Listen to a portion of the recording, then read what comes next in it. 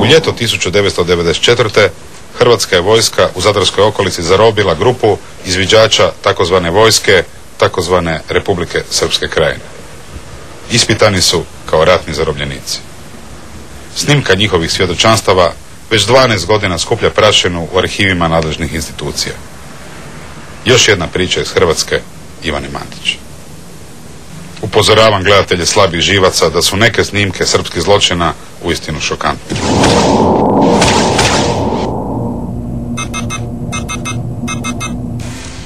Da se itko udostojio obraditi video materijal koji istraga danas ekskluzivno objavljuje, zasigurno protiv kapetana Dragana ne bi Hrvatska tek ove godine podigla optužnicu za ratne zločine. Ostali krvnici koji se spominju u materijalima ni danas ne zanimaju hrvatsko pravosuđe, no pođimo redom.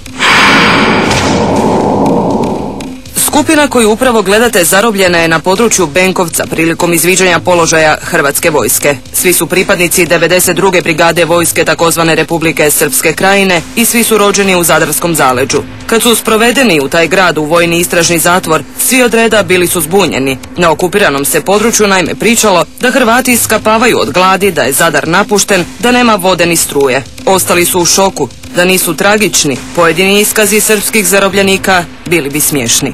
Da bi jedan ratni zarobljenik jeo ovakvu kvalitetnu hranu, primjera radi svinjsku kremenadlu sa pomfritom, da bi to jedan zarobljenik jeo, to mora da bude jaka država, to mora da sve funkcioniše, jednom riječju mora biti sve cakum pakum. Svjedoče kako su sami tada bili na rubu gladi. Plaće se nisu dobivale, a ono što je vrijedilo opljačkali su dobrovoljci iz Srbije. Naslutivši da se fantomskoj krajini približava kraj, već su tada u ljeto 1994. bili pobjegli natrag, tamo daleko. Jovan Maričić je inače, do početka agresije, radio u poljoprivrednoj zadruzi u Benkovcu.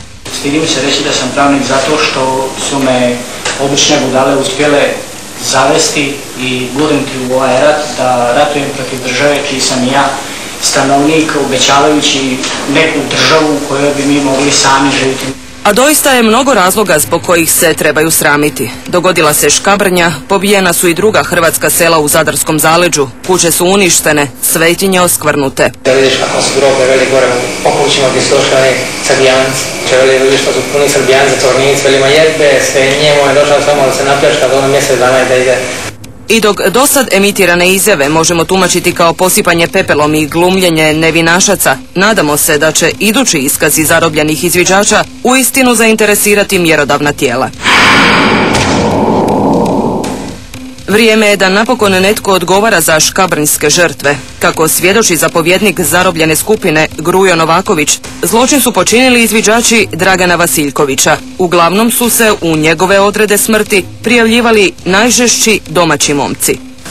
Kapetan Dragan valjda je imao da svima direktno išao u akciju na učišćenje Škabrnje. Srpski su se odmetnici nerijetko i hvalili s ubojstvima koja su počinili. Ja sam čuo da je taj Cvitanović Željko, da je on najviše išao te akcije. Nije se Cvitanović jedini ponosio svojim učinkom.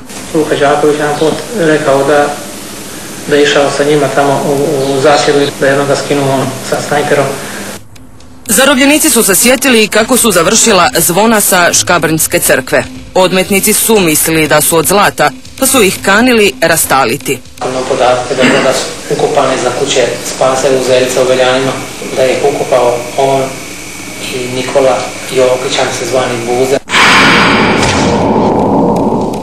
Zapovjednik Novaković dakako za sebe je tvrdio da nikada nije okrvavio ruke, no svjedoči o slučaju koji bi također morao zaintrigirati nadležne službe. Mladi hrvatski vojnik, izviđač iz Splita, završio je na okupiranom području. Nitko ne zna zašto ni kako, no nije teško znati kako je nesretnik skončao.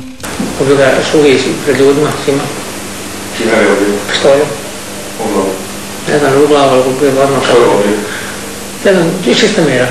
Srpski Hrvatski izviđači s naših snimki razmijenjeni su nakon ispitivanja za zarobljene Hrvate. Grujo Novaković danas živi u Sjedinjenim Državama. Hoće li ikada ponovo u Hrvatsku, nije nam poznato, ali s obzirom na izrečeno, najmanje što bi Hrvatska mogla zatražiti jest da bude svjedok na suđenju Draganu Vasiljkoviću u Hagu. A to je i najmanje što bi Novaković mogao učiniti. Tada bi možda pokazao kako uistinu nije okrvavio ruke i da mu je stalo da se zločini uistinu kazne.